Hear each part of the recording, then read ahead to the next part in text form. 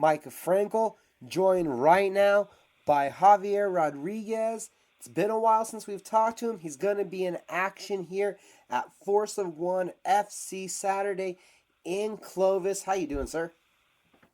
Doing good, sir. How about yourself? I'm doing well. It's good to hear from you. What, like 2 years you took off? Yeah, about maybe a little bit more. So what was happening? I know there was a point where you had tactically literally said you were stepping away. You were a karate guy that I saw it look like for a while there. Really immersed yourself in jiu-jitsu. Tell me what was going on.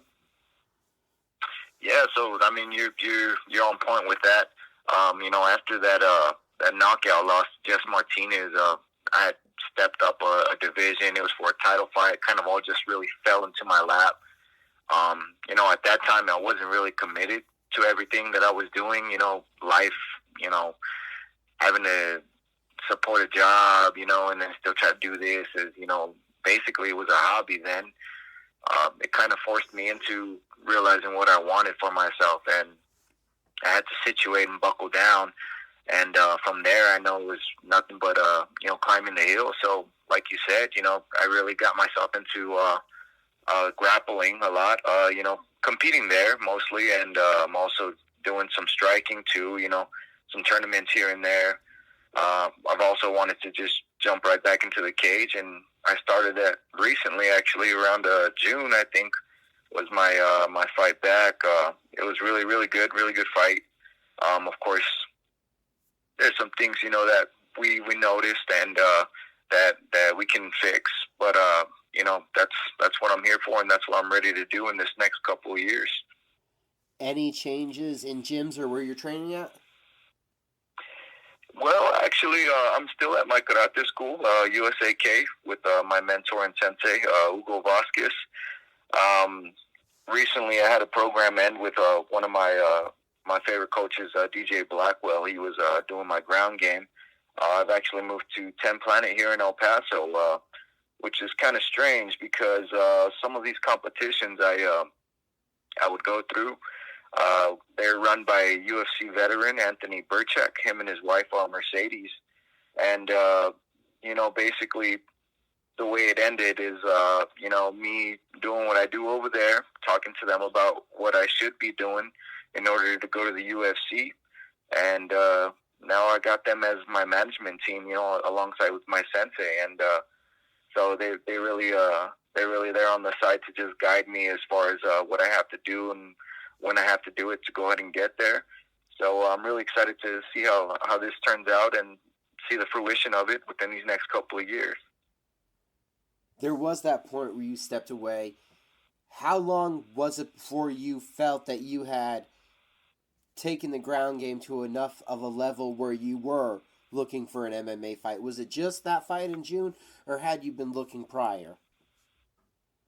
Well, I've actually I haven't really been looking around for it. I mean, after the knockout, it had been like, I think, a couple months or two, but fighting has always just really gravitated towards me. It came right back to me. In the end, I realized that it's always going to be there, and I'm going to continue doing it no matter what. So there's really no point in stopping.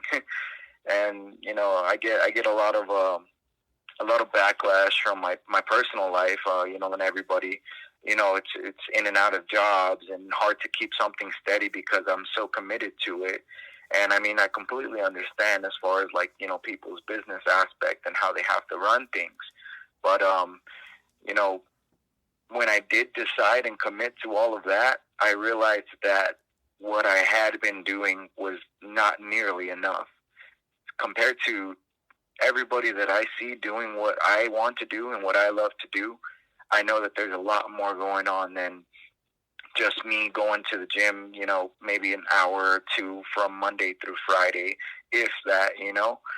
Now it's pretty hard to keep me away from training. I mean, even if there's injuries or sicknesses or anything, I just have to be sure to get in. I feel horrible when I don't do a 2 a day, for Christ's sakes, So, I mean, after just jumping back into the water and, getting my feet grounded, I had to stepped the game up. The grappling came, the striking came, the karate competitions, wrestling, just overall, mixed martial arts. It's what I want to do, be in the cage, that cage work, doing everything, every little thing that I can.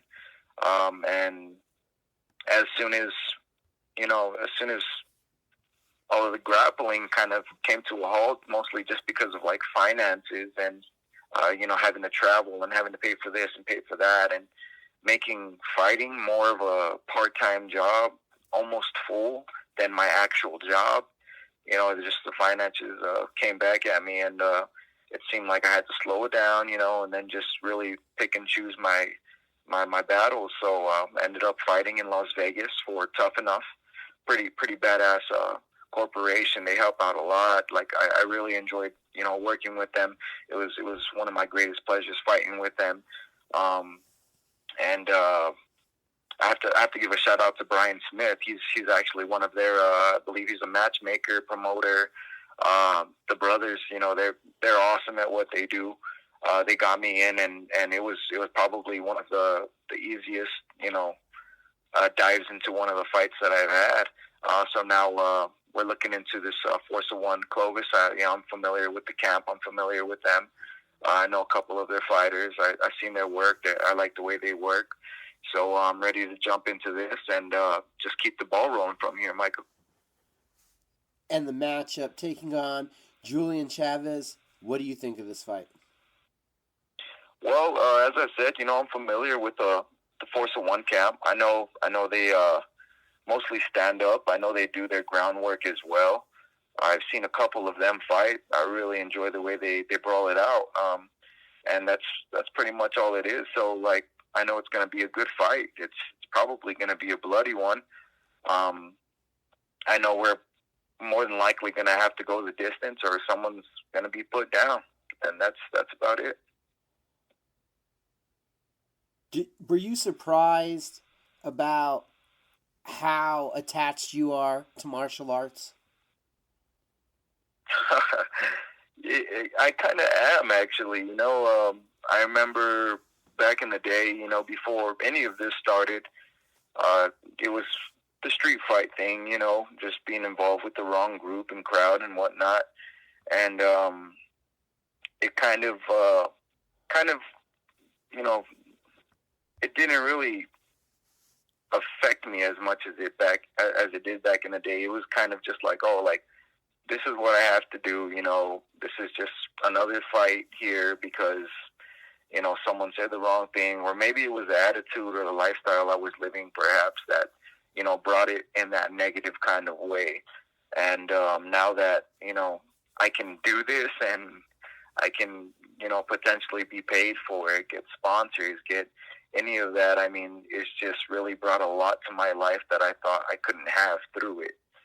And fighting it's really disciplined me in these past couple of years. It's changed my whole outlook on everything.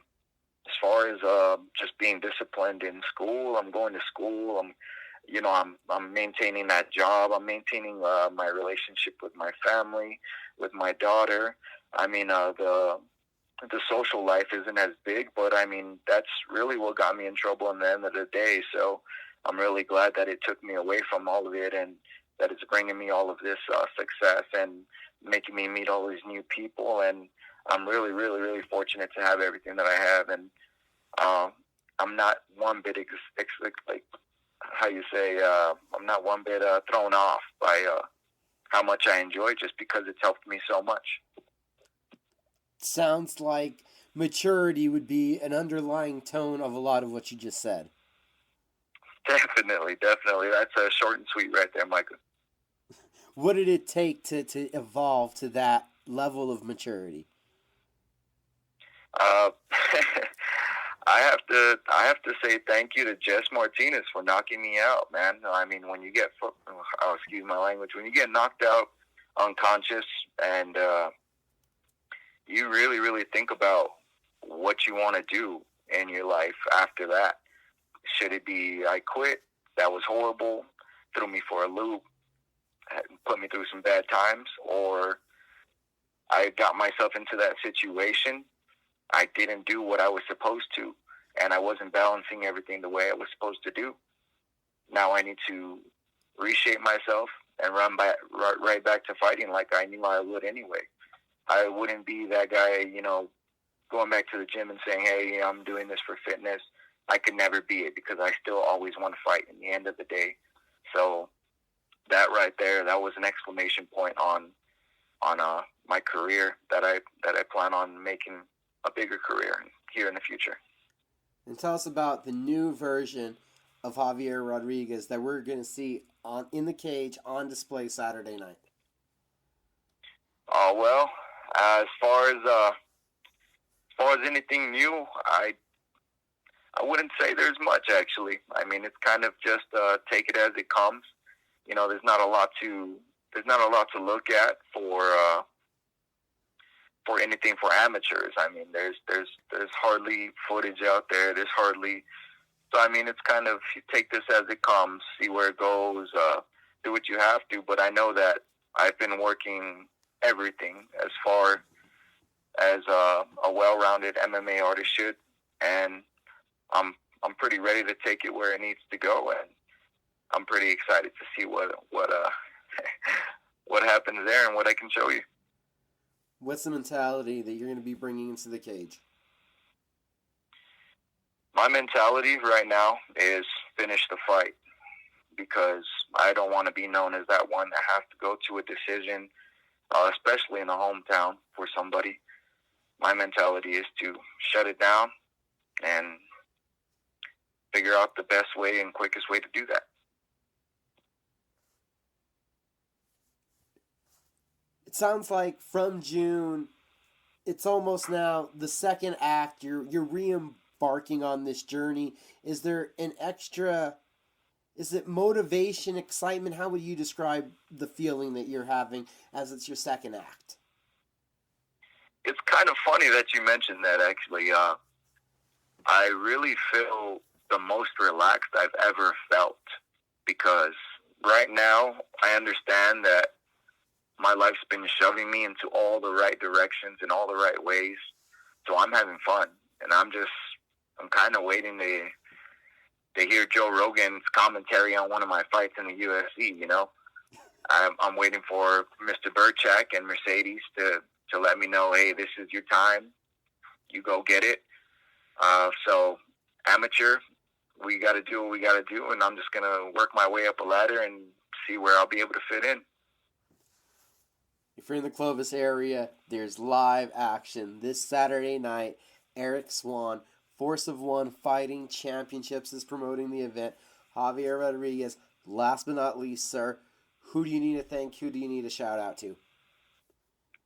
First of all, I gotta give you a shout out, Mike. I really see all the success that you've been having. Congratulations on all that, sir. Oh, thank you. I gotta thank. No, not a problem. Not a problem. Keep up the good work, brother. Also, just my senseis. I have Hugo Vasquez. I have Cynthia Arceo. She's a big help in everything I do as well. Also, Anthony Burchak, Mercedes from down there in Tucson.